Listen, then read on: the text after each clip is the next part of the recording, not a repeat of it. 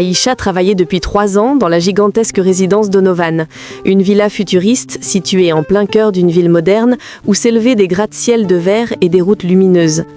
Chaque jour, elle parcourait les étages immenses, nettoyant les sols en marbre, dépoussiérant des œuvres d'art dont la valeur dépassait tout ce qu'elle avait jamais possédé. Pour les invités, elle n'était qu'une ombre silencieuse. Pour le personnel, juste une jeune femme sans histoire qui faisait bien son travail. Aïcha venait d'un quartier très pauvre. Elle avait accepté ce poste pour survivre, pour aider sa mère malade et payer les études de sa petite sœur.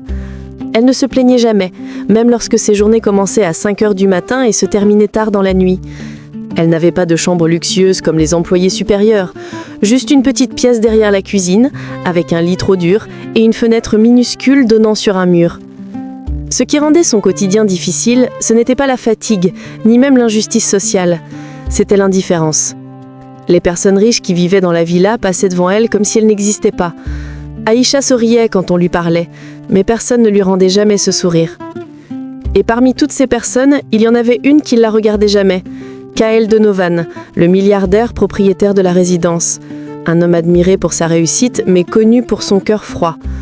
À ses yeux, les domestiques n'étaient que des silhouettes fonctionnelles. Aïcha ne lui en voulait pas. Elle s'était habituée à sa place dans ce monde, invisible, effacée, indispensable mais jamais reconnue. Ce qu'elle ignorait, c'est qu'un jour, ce serait elle, l'invisible, qui deviendrait le centre de toute l'attention, celle qui sauverait une vie et celle qui ferait trembler toute la ville. Kaël Donovan n'était pas un homme ordinaire. Son nom figurait sur les magazines économiques, les panneaux publicitaires et les réseaux sociaux. Il était l'un des plus jeunes milliardaires de Soria City, connu pour ses investissements colossaux dans la technologie, l'immobilier et l'énergie propre. On disait de lui qu'il transformait tout ce qu'il touchait en or. Mais derrière son image de visionnaire respecté se cachait un homme froid, perfectionniste et difficile à approcher. Dans sa villa, Kaël n'accordait jamais un regard, jamais un mot, et encore moins un sourire à son personnel. Pour lui, les domestiques n'étaient pas des êtres humains avec des histoires, des rêves ou des peines.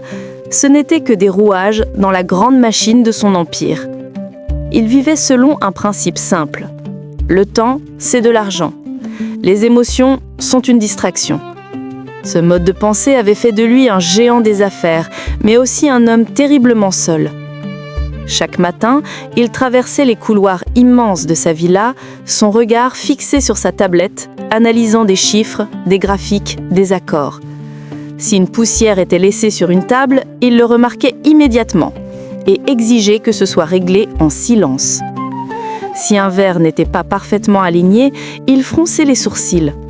Il imposait une tension constante à tout le personnel. Les employés, habitués à cette rigidité, se pliaient à ses exigences sans poser de questions. Mais Aïcha, elle, observait Kaël avec un regard différent. Derrière sa dureté et son assurance, elle voyait parfois une fatigue étrange dans ses yeux, une sorte de douleur intérieure que personne d'autre ne remarquait. Elle ne savait pas encore si c'était de la compassion ou de l'intuition, mais quelque chose chez lui semblait brisé, fragile. Ce détail, que tout le monde ignorait, deviendrait bientôt essentiel, car Kaël Donovan n'était pas seulement exigeant. Sans le savoir, il était aussi en danger. Depuis quelques jours, Aïcha avait remarqué quelque chose d'inquiétant chez Kaël Donovan. Elle était souvent dans les couloirs au moment où il passait, discrète mais attentive. Et ses yeux, entraînés par des années d'observation silencieuse, avaient perçu des détails que personne d'autre ne semblait voir. Kaël, d'habitude si méthodique, si droit, si inébranlable, avait changé. Ses mains tremblaient légèrement lorsqu'il prenait son café. Son visage, habituellement impassible, se crispait parfois, comme s'il tentait de cacher une douleur soudaine. Il marchait plus lentement, posait sa main sur son abdomen sans même s'en rendre compte, et s'arrêtait brusquement au milieu d'un couloir, le temps d'une respiration difficile. Les autres employés ne remarquaient rien. Ils étaient trop occupés, trop stressés, ou tout simplement trop habitués à ne jamais lever les yeux vers le maître des lieux. Mais Aïcha, elle, voyait tout, et ce qu'elle voyait la préoccupait. Un soir, alors qu'elle rangeait discrètement la salle de réunion, elle entendit un léger bruit, un verre qui tombait au sol. Elle se retourna et aperçut Kaël, seul, appuyé contre un mur. Il respirait lourdement, une main sur la poitrine, l'autre pressée contre sa tempe. Son visage était pâle, presque gris. Lorsqu'il remarqua la présence d'Aïcha, il se redressa immédiatement, se donnant un air ferme. « Ce n'est rien, j'ai juste besoin d'air », murmura-t-il avant de sortir rapidement. Elle sentit une inquiétude profonde grandir en elle. Kaël ne tombait jamais malade. Kaël ne montrait jamais de faiblesse. Kaël ne bafouillait jamais. Quelque chose n'allait pas. Et Aïcha savait reconnaître les signes. Avant de devenir domestique, elle avait travaillé brièvement dans un centre médical de son quartier pauvre. Les symptômes qu'elle voyait ressemblaient à ceux de quelqu'un en danger. Mais dans cette maison, sa voix ne comptait pas. Du moins, pas encore. Le grand soir était arrivé. Kaël Donovan organisait l'un des plus prestigieux galas de l'année dans sa villa, attirant politiciens, entrepreneurs, célébrités et investisseurs du monde entier.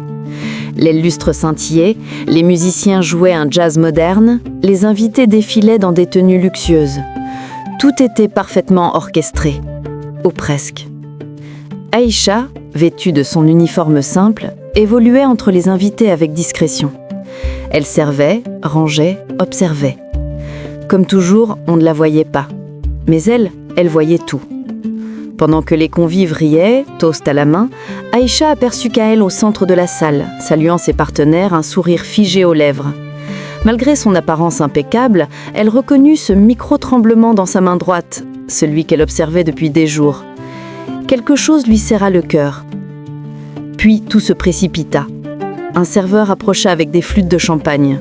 Kaël prit un verre sans y prêter attention. Aïcha, qui se trouvait derrière une colonne, vit alors une scène étrange.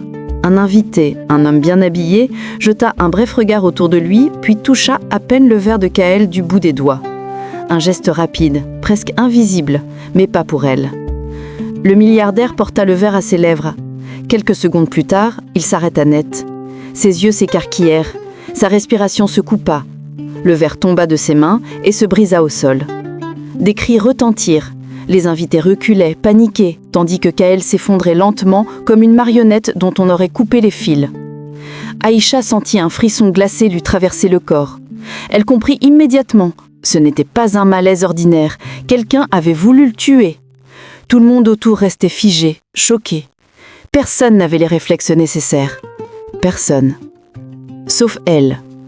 Dans un élan que personne n'aurait pu prédire, Aïcha se jeta à travers la foule vers le milliardaire. Ce qu'elle était sur le point de faire allait choquer toute la salle et changer sa vie pour toujours. Aïcha atteignit enfin Kaël, allongé au sol, la respiration saccadée, les yeux perdus comme s'il cherchait de l'air dans un monde qui lui échappait. Autour d'eux, le chaos régnait. Les invités criaient, reculaient. Certains filmaient même la scène sans comprendre l'urgence. Mais Aïcha, elle, savait. Elle avait reconnu les signes, pupilles dilatées, sueur froide, tremblements violents. Ce n'était pas un malaise, c'était un empoisonnement fulgurant.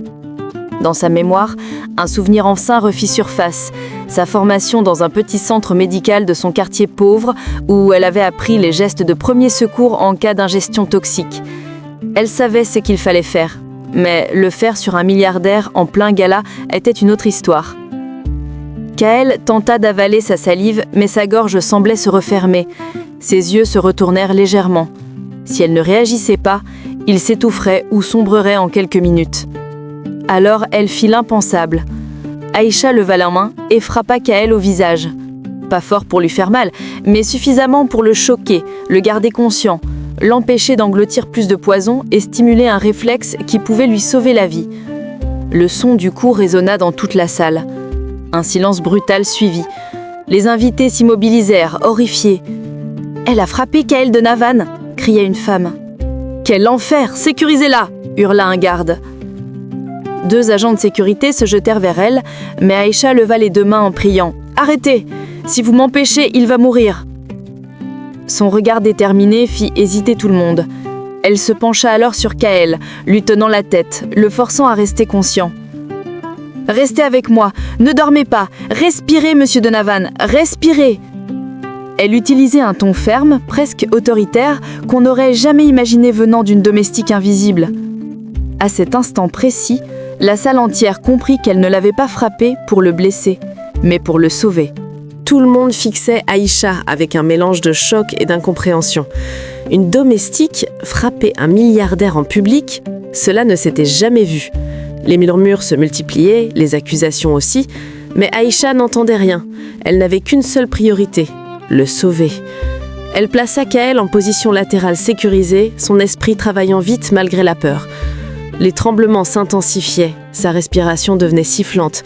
Aïcha savait qu'il s'agissait d'un poison rapide, probablement glissé dans son verre, ce qu'elle avait elle-même vu de loin. Elle se tourna vers la foule qui reculait, effrayée par la situation. « Quelqu'un a mis quelque chose dans son verre. Je l'ai vu. Si vous ne me laissez pas faire, il va mourir. » Cette phrase coupa court à tous les murmures. Un médecin invité au gala tenta d'approcher, mais Aïcha le repoussa doucement. « Vous n'avez pas vu le début de la crise. Laissez-moi stabiliser sa respiration avant que vous ne le déplaciez. » Ses gestes étaient rapides, précis. Ses mains n'hésitaient pas. On aurait cru voir une infirmière expérimentée. Elle força Kaël à garder la tête droite, vérifia sa gorge pour éviter toute obstruction, puis pressa certains points nerveux pour stimuler les réflexes. Une méthode ancienne, apprise dans le centre médical où elle avait brièvement travaillé. « Respirez, tenez bon !» soufflait-elle. Le milliardaire, entre deux spasmes, tenta de parler. « Ah, Aïcha !» C'était la première fois qu'il prononçait son nom. La salle entière retint son souffle. Aïcha continua jusqu'à ce que les secouristes arrivent. Lorsqu'ils prirent le relais, l'un d'eux déclara « Sans elle, il ne serait plus en vie ». Cette phrase fit l'effet d'une bombe. Les invités se regardèrent, stupéfaits. La domestique qu'ils ignoraient venait de sauver la vie d'un des hommes les plus puissants du pays. Et pour la première fois, les regards posés sur Aïcha n'étaient plus ceux de mépris ou d'indifférence. Ils étaient pleins de respect. L'ambulance traversa la ville à toute vitesse, sirènes hurlantes, lumière bleue reflétée sur les immeubles de verre. Aïcha, assise à l'arrière près des secouristes, regardait Kaël, toujours inconscient mais stabilisé. Sa poitrine se soulevait enfin à un rythme plus régulier. Chaque respiration arrachée à la mort était une petite victoire. Les médecins du service d'urgence attendaient déjà à l'entrée. Kaël fut immédiatement transférée dans une salle de soins intensifs entourée de spécialistes. Aïcha resta dans le couloir, tremblante, ses mains encore tachées de champagne et de sueur froide. Malgré l'angoisse, elle se sentait soulagée. Il était en vie. 30 minutes plus tard, un médecin sortit de la salle, ses gants encore aux mains. « Vous êtes la jeune femme qui l'a secourue ?» demanda-t-il. Aïcha hocha timidement la tête. « Je ne sais pas comment vous saviez quoi faire, mais vous lui avez sauvé la vie. Sans votre intervention immédiate, il n'aurait jamais atteint l'hôpital. » Aïcha baissa les yeux. « J'ai travaillé un peu dans un centre médical avant d'être employée comme domestique. Je n'ai pas pu finir ma formation. » Le médecin la fixa avec étonnement et admiration. « Eh bien, ce que vous avez fait nécessitait des réflexes professionnels. Vous avez fait mieux que certains soignants. » Ces mots résonnèrent en elle comme une lumière chaude dans un monde froid. Elle n'avait jamais entendu un compliment aussi sincère venant d'une personne d'autorité. Peu après, un policier arriva pour recueillir son témoignage. Aïcha raconta tout. L'invité suspect, le geste discret, la crise soudaine. Les enquêteurs prirent des notes rapides, alarmés. « Ce n'est pas un accident », conclut l'un d'eux. « C'est une tentative d'assassinat. » Aïcha sentit un frisson. Elle réalisa soudain que cette histoire dépassait tout ce qu'elle avait imaginé. Dans la salle, derrière la vitre, Kaël ouvra lentement les yeux. Et son premier regard fut pour elle. À l'hôpital, l'ambiance se transforma rapidement. Ce qui aurait pu être présenté comme un simple malaise devint officiellement une tentative d'assassinat. Les policiers, les enquêteurs privés et même les agents de sécurité personnelle de Kaël convergèrent pour comprendre ce qui s'était réellement passé pendant le gala.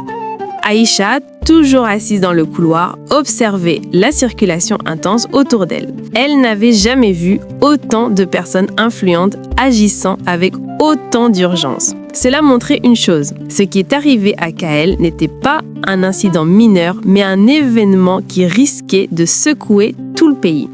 1 heure plus tard, un inspecteur revint vers elle. « Mademoiselle Aïcha, nous avons identifié l'homme que vous avez décrit. » Il lui montra une photo sur sa tablette. Aïcha sentit son cœur s'arrêter une fraction de seconde. « Oui, c'est lui », dit-elle en pointant du doigt l'individu. L'inspecteur hocha la tête. Cet homme s'appelle Marcus Hale. Il est l'un des associés les plus proches de Kaël Donovan. Quelqu'un qu'il considérait comme un ami. Aïcha écarquilla les yeux. Mais pourquoi ferait-il ça ? L'inspecteur soupira. Une grosse affaire allait tomber entre ses mains. Sauf que Kaël a récemment changé d'avis et décidé de reprendre le contrôle total. Marcus y a vu une menace, voire une humiliation. Et pour les gens de ce monde, les humiliations coûtent parfois très très cher. Pendant qu'il parlait, les caméras de surveillance du gala étaient analysées. Les vidéos ne montraient pas clairement l'acte, mais confirmaient la présence suspecte de Marcus près du verre. Le motif devenait évident. La jalousie, la frustration, la peur de perdre sa fortune. Aïcha sentit un mélange de colère et de tristesse. Comment un homme riche, respecté, pouvait-il être trahi par l'imbécien ? Un bruit attira alors leur attention. La porte de la chambre de Kaël venait de s'ouvrir. Il demandait à voir Aïcha. Et ce moment allait changer leur relation pour toujours. Lorsque la porte de la chambre s'ouvrit, Aïcha sentit son cœur accélérer. Elle n'était qu'une domestique, invisible pour lui jusqu'à hier. Et pourtant, c'était elle qu'il demandait. Elle inspira profondément avant d'entrer. La pièce était plongée dans une lumière douce, les machines médicales émettant des bips réguliers. Kaël Donovan était assis, légèrement relevé sur son lit, un bandage autour du bras pour les perfusions. Quand leurs regards se croisèrent, Aïcha eut l'impression que le temps s'arrêtait. Ce n'était plus le milliardaire froid, distant, inaccessible qu'elle voyait habituellement dans les couloirs. C'était un homme affaibli, vulnérable, profondément humain. Kaël parla d'une voix faible, mais sincère. « C'est vous qui m'avez sauvé la vie. » Aïcha baissa les yeux, nerveuse. « J'ai juste fait ce que je pouvais, monsieur Donovan. Je n'ai pas réfléchi. » Il secoua la tête. « Non, vous avez vu ce que personne n'a vu. Vous avez agi alors que tout le monde restait immobile. Et vous m'avez frappé. » Un léger sourire étira ses lèvres. « C'est la première fois que quelqu'un ose me frapper pour mon bien. » Aïcha rougit, embarrassée. « Je pensais que vous le prendriez mal, que vous me renverriez. » Kaël resta silencieux un moment, comme frappé par ces mots. « Me renvoyer ? Après ce que vous avez fait pour moi ? Non, Aïcha. Au contraire, je vous dois plus que je ne pourrais jamais l'exprimer. » Il détourna le regard vers la fenêtre, pensif. « Toute ma vie, j'ai pensé que la loyauté s'achetait, que les gens ne valaient que ce que je pouvais leur offrir. Et pourtant, celle qui m'a sauvé la vie est celle que j'ai toujours ignorée. » Ses yeux brillaient légèrement. « Je veux vous aider. Je veux réparer mon indifférence. Vous méritez bien mieux que l'ombre d'une villa. » Aïcha sentit un vertige. Pour la première fois, elle voyait Kaël non comme un titan inaccessible, mais comme un homme reconnaissant. Un homme changé. Le lendemain matin, Aïcha fut convoquée au bureau principal de la villa Donovan.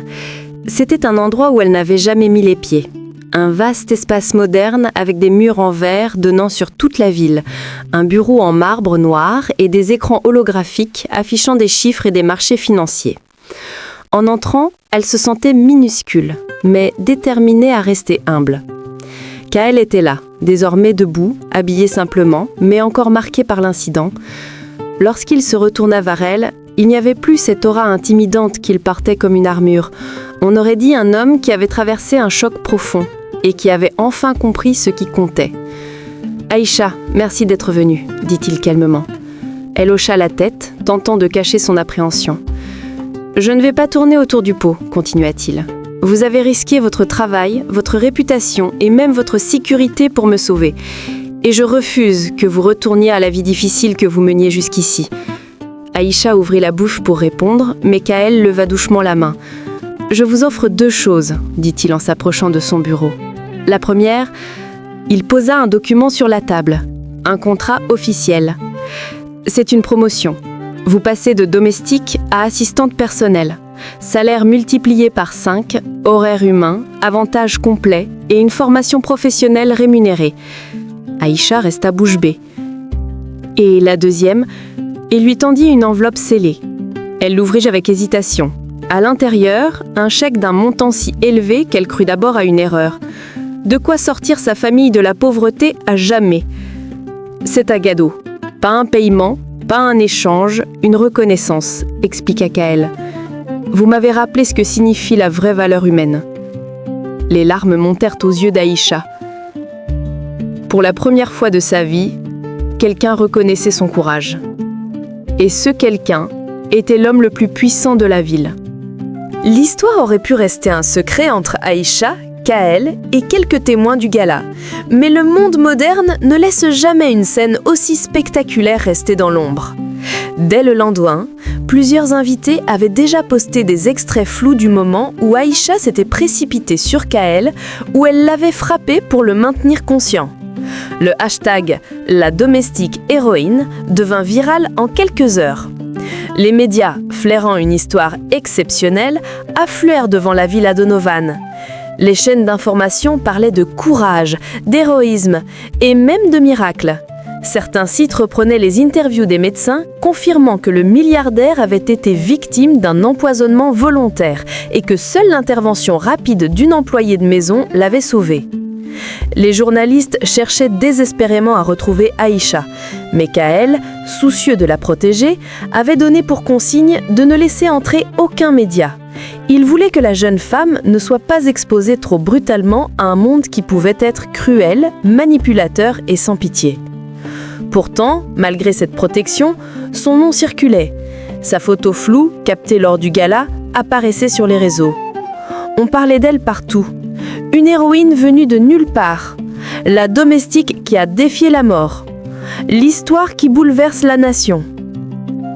Dans son petit appartement de banlieue, Aïcha n'en croyait pas ses yeux. Elle avait toujours vécu loin des projecteurs, dans l'anonymat total. Et maintenant, son visage apparaissait dans les journaux télévisés, pas pour un scandale, mais pour son courage. Sa mère pleurait de fierté. Sa sœur sautait partout en disant « Ma grande sœur est une héroïne !» Ce qui touchait le plus Aïcha, c'était que pour la première fois, le monde reconnaissait la valeur d'une personne simple, invisible, humble, mais profondément humaine. Cette vague médiatique allait transformer non seulement sa vie, mais aussi la perception que la société avait des travailleurs de l'ombre. Depuis l'hôpital, puis après son retour dans la villa, Kaël Donovan demandait régulièrement à voir Aïcha. Non pas pour des tâches domestiques ou professionnelles, mais simplement pour parler. Et pour Aïcha, cela restait déroutant. Toute sa vie, elle avait été ignorée par les riches, méprisée par les puissants, et maintenant, c'était l'un des hommes les plus influents du pays qui lui témoignait une attention sincère. Kaël, encore affaibli, passait de longues heures assis dans le jardin suspendu au dernier étage de sa villa. Entre deux analyses financières et quelques réunions à distance, il demandait à Aïcha de l'accompagner. Il voulait comprendre qui elle était réellement. D'où venait-elle? Quels étaient ses rêves? Pourquoi avait-elle choisi de travailler comme domestique alors qu'elle avait des compétences médicales? La jeune femme parlait avec timidité. Elle lui expliqua comment elle avait dû abandonner ses études pour subvenir aux besoins de sa famille, comment elle avait perdu son père trop tôt, et comment la pauvreté avait constamment menacé de les engloutir. Kaël écoutait en silence, surpris de découvrir une vie totalement différente de la sienne. « Je n'avais aucune idée », dit-il un jour, la voix brisée. « Je pensais que les gens autour de moi vivaient sans difficulté parce que je les payais bien, mais je ne savais pas ce que ça signifie de se battre pour survivre. » Un lien étonnant se forma entre eux. Pas romantique, pas encore, mais profondément humain. Aïcha l'admirait pour sa force, maintenant qu'elle voyait sa vulnérabilité. Et Kaël admirait chez elle quelque chose qu'il n'avait jamais su reconnaître chez personne, la dignité sans richesse. Chaque conversation adoucissait un peu plus le cœur glacé du milliardaire. Chaque sourire qu'Aïcha esquissait illuminait un peu plus son monde. Dans cette relation improbable, née d'un geste héroïque, une transformation silencieuse s'opérait. Kaël n'était plus le titan inaccessible, il devenait un homme capable d'empathie. Et Aïcha, elle, n'était plus invisible. Les semaines qui suivirent furent un véritable tournant dans la vie d'Aïcha. Grâce à sa promotion au poste d'assistante personnelle, elle découvrit un monde qu'elle n'avait jusque-là observé que de loin. Les réunions importantes, les prises de décisions stratégiques, les projets internationaux, les responsabilités qui influençaient l'avenir de milliers de personnes. Au début, tout cela lui faisait peur. Elle craignait de mal faire, de décevoir, de ne pas être à la hauteur. Mais Kaël, qui avait désormais une confiance profonde en elle, l'encourageait constamment. « Tu es plus compétente que tu ne le crois », lui disait-il avec un sourire rassurant. « Tu as de l'instinct, de l'intelligence et un sens de l'humain que je n'ai jamais eu. » Aïcha suivait des formations en gestion, en communication, en organisation professionnelle. Elle apprenait vite, absorbant chaque connaissance avec détermination. Au bureau, les employés, qui la regardaient autrefois comme une simple domestique, commencèrent à la respecter. Certains venaient même lui demander des avis ou des conseils. Elle avait trouvé sa place. La jeune femme qui avait grandi dans la pauvreté devint un modèle pour ceux qui la connaissaient. Sa famille vivait désormais dans un logement meilleur. Sa petite sœur avait pu reprendre ses études et sa mère recevait enfin les soins médicaux dont elle avait toujours eu besoin. Aïcha ne se laissait pourtant pas transformer par l'argent ou la reconnaissance. Elle restait humble, polie, souriante. Elle saluait les employés avec chaleur, défendait les plus vulnérables et veillait à ce que chacun soit traité dignement. C'est ce qui la rendait unique. Malgré son ascension fulgurante, elle gardait les pieds sur terre. Kaël observait tout cela avec admiration. Il voyait en elle bien plus qu'une employée modèle. Il voyait une femme courageuse, résiliente, capable de surmonter un passé dur sans jamais perdre sa lumière. Et plus il la voyait évoluer, plus il réalisait qu'elle avait changé sa vie. Avec le temps, Aïcha ne devint pas seulement une employée modèle ou une assistante efficace. Elle devint l'âme de la fondation que Kaël lui proposa de créer. À l'origine, ce n'était qu'une idée, un projet vague né d'une conversation qu'ils avaient eue dans le jardin suspendu. « Il y a tant de domestiques exploités dans cette ville », disait Aïcha un soir. « Des gens invisibles, qui travaillent jour et nuit sans reconnaissance. Alors, créons quelque chose pour eux », avait répondu Kaël sans hésiter. « Une structure qui protège, forme et accompagne. » Ce qui n'était qu'une promesse devint rapidement une réalité. Grâce à la notoriété de Kaël et à l'histoire virale d'Aïcha, les dons affluèrent du monde entier. En quelques mois, la fondation Lumière Oubliée vit le jour, avec Aïcha comme directrice. Sa première mission fut d'offrir des formations professionnelles à des centaines de domestiques mal payés. Elle organisa des ateliers pour leur apprendre leurs droits, leur offrir des compétences utiles pour obtenir de meilleurs emplois et même des aides juridiques dans les cas d'abus. La fondation ouvrit également un refuge pour les travailleurs isolés et un programme de bourse pour aider les jeunes issus de milieux pauvres à poursuivre leurs études. Chaque initiative d'Aïcha portait la marque de son vécu, de sa compassion, de sa détermination. Très vite, elle devint une figure respectée dans toute la ville. Les médias l'appelaient l'héroïne du quotidien, la domestique devenue leader ou encore la voix des invisibles. Les gens l'admiraient pour sa force tranquille, sa générosité et sa capacité à se souvenir d'où elle venait. Kaël observait cette transformation avec une fierté silencieuse. Aïcha n'était plus seulement celle qui avait sauvé sa vie, elle sauvait maintenant celle des autres. Sa lumière brillait désormais bien au-delà de la villa Donovan. Le jour de la grande cérémonie arriva. Une foule immense s'était rassemblée dans le centre culturel de Soria City, un bâtiment futuriste dont les écrans géants diffusaient le visage serein d'Aïcha. Toute la ville, riches, pauvres, employés, étudiants, était venue lui rendre hommage. Elle n'était plus la domestique invisible d'autrefois. Elle était devenue un symbole, celui de la dignité, du courage et de la transformation. Kaël Donovan, remis de son empoisonnement et désormais un homme profondément changé, monta sur scène sous les applaudissements. Il n'était plus le milliardaire froid, distant et inaccessible. Il avait appris à regarder les gens autrement, à comprendre la valeur humaine dans ce qu'elle avait de plus simple et de plus noble. Lorsque Aïcha se présenta à son tour sur la scène, vêtue d'une tonie élégante mais humble, la salle entière se leva. Les applaudissements résonnèrent comme un tonnerre. Certains pleuraient de joie, d'autres souriaient avec respect. Même des invités distingués, habitués à ne saluer que les puissants, la regardaient avec admiration. Qu'elle prit la parole. « Il y a quelques semaines, j'ai frôlé la mort. Et celle qui m'a sauvée n'était ni un médecin renommé, ni un garde du corps hautement entraîné, mais une femme que nous ne regardions jamais. Une femme forte, intelligente, courageuse, dont la seule erreur avait été de naître dans l'ombre. Aujourd'hui, elle n'est plus dans l'ombre. » Il se tourna vers Aïcha avec un respect infini. Les héros ne portent pas toujours des capes. Parfois, ils portent un tablier. La salle explosa en applaudissements. Aïcha, les yeux brillants, s'avançait vers le micro.